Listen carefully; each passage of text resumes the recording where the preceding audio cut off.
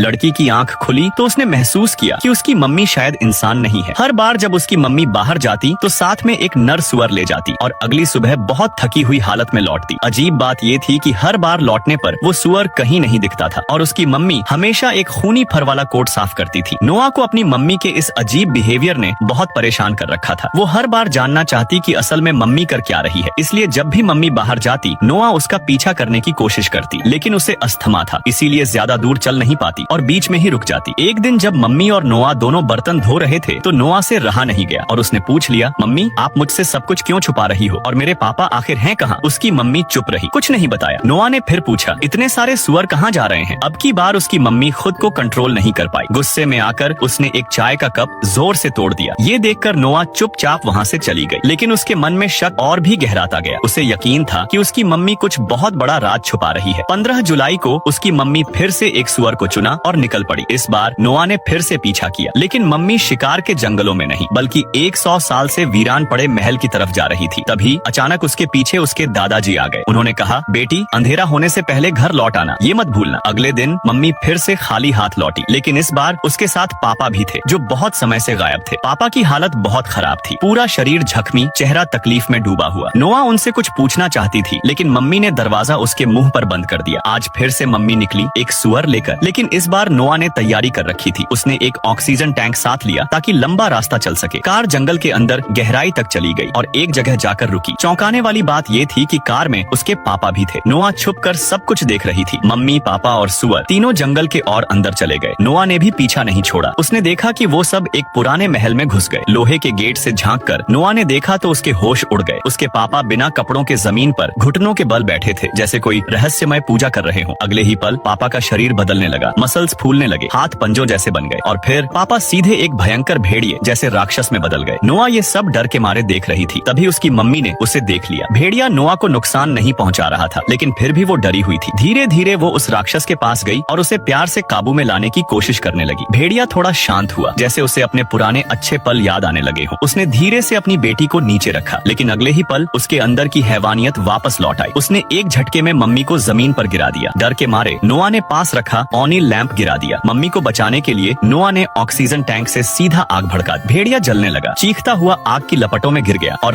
Michael ने अपने tattoo की तरफ देखा। उसने एक शीशा निकाला और उसमें कुछ नंबर रिफ्लेक्ट किए। फिर उसने वो नंबर एक कागज पर लिख लिए। जब वो बाहर गया तो बेंचों के बीच कुछ ढूंढने लगा। थोड़ी देर में उसे वो बोल्ट मिल गया जो उसे चाहिए था। ये बोल्ट माइकल ने खुद डिजाइन किया था। उसने उसका सीरियल नंबर भी नोट कर लिया। ये बोल्ट जेल से भागने की प्लानिंग में बहुत जरूरी था। माइकल एक कुर्सी पर बैठा और चुपचाप एक सिक्के से उस बोल्ट की नट को घुमाने लगा। तभी टी बैग आ गया। जगह जहाँ माइकल बैठा था वो टी बैग की फिक्स जगह थी। माइकल ने बोल्ट वहीं छोड़ दिया और रेस्ट एरिया से उठकर चला गया। अगले दिन माइकल फिर से बोल्ट को घुमाने लगा। आखिरकार उसने उसे निकाल ही लिया, लेकिन फिर टी बैग आ गया। उसने माइकल को जबरदस्ती बोल्ट देने को कहा। उसी वक्त एक जेल का गार्ड आ गया। टी बैग ने एक्टिंग करते हुए स्ट्रेच किया और चुपके से बोल्ट अपने आदमी को दे दिया। माइकल बस चुपचाप वहाँ से चला गया। जब कोई ध्यान नहीं दे रहा था, माइकल चुपचाप टी बैग की सेल में गया ताकि बोल्ट ढूंढ सके, लेकिन टी बैग ने उसे पकड़ लिया। माइकल ने बहाना बनाया कि वो उसके गैंग में शामिल होना चाहता है, लेकिन ये सब सी नोट ने देख लिया। सी नोट ने माइकल की जरूरत की दवाई निकाली और उसे एक कोने की तरफ बुलाया। जैसे ही माइकल वहाँ पहुंचा, कई लोग अचानक आए और उसे पकड़ लिया। सी नोट ने माइकल के सामने दवाई की बोतल उलट दी। माइकल बस खाली बोतल को देखता रह गया, कुछ कर नहीं पाया। माइकल सोच ही रहा था कि अब आगे क्या करे। तभी सेल का भारी गेट खुला और जेल के गार्ड आए गिनती करने। एक ताकतवर आदमी गिनती की लाइन में नहीं खड़ा हुआ और दोनों गैंग्स के बीच झगड़ा शुरू हो गया। माइकल को नीचे फेंक दिया गया। टी बैग का आदमी उस पर झपट पड़ा। माइकल ने पलटवार किया, उसे गिरा दिया और उसके पास से बोल्ट ले लिया। फिर उस आदमी को दूसरी गैंग के किसी आदमी ने मार दिया और वो माइकल की गोद में गिर गया। टी बैग ने जब ये देखा तो उसे लगा कि माइकल ने उसके आदमी को मार दिया है। माइकल के पास सफाई देने का टाइम नहीं था। वो अपने सेल में गया और बोल्ट को जमीन पर रगड़कर 6 कोनों वाला बना दिया। फिर उसने अपनी आस्तीन ऊपर की ओर बोल्ट को टैटू से मिलाया। वो लगभग मैच हो गया। इसके बाद वो टॉयलेट गया और बोल्ट को टॉयलेट के हेक्स नट में डालकर घुमा दिया। नट निकल आया। उस खुलने वाले रास्ते से वो सीवर में घुस सकता था और वहाँ से इन्फर्मरी तक जा सकता था। टी बैग से दुश्मनी देकर सी नोट ने माइकल को आखिरकार दवाई दे दी। माइकल इन्फर्मरी गया। डॉक्टर ने उसे चेक किया और बताया कि उसे डायबिटीज है, इसलिए उसे अब रेगुलर इंजेक्शन के लिए इन्फर्मरी आना होगा। माइकल के चेहरे पर मुस्कान आ गई, क्योंकि उसका जेल से भागने का रास्ता अब इन्फर्मरी से होकर निकलने वाला था।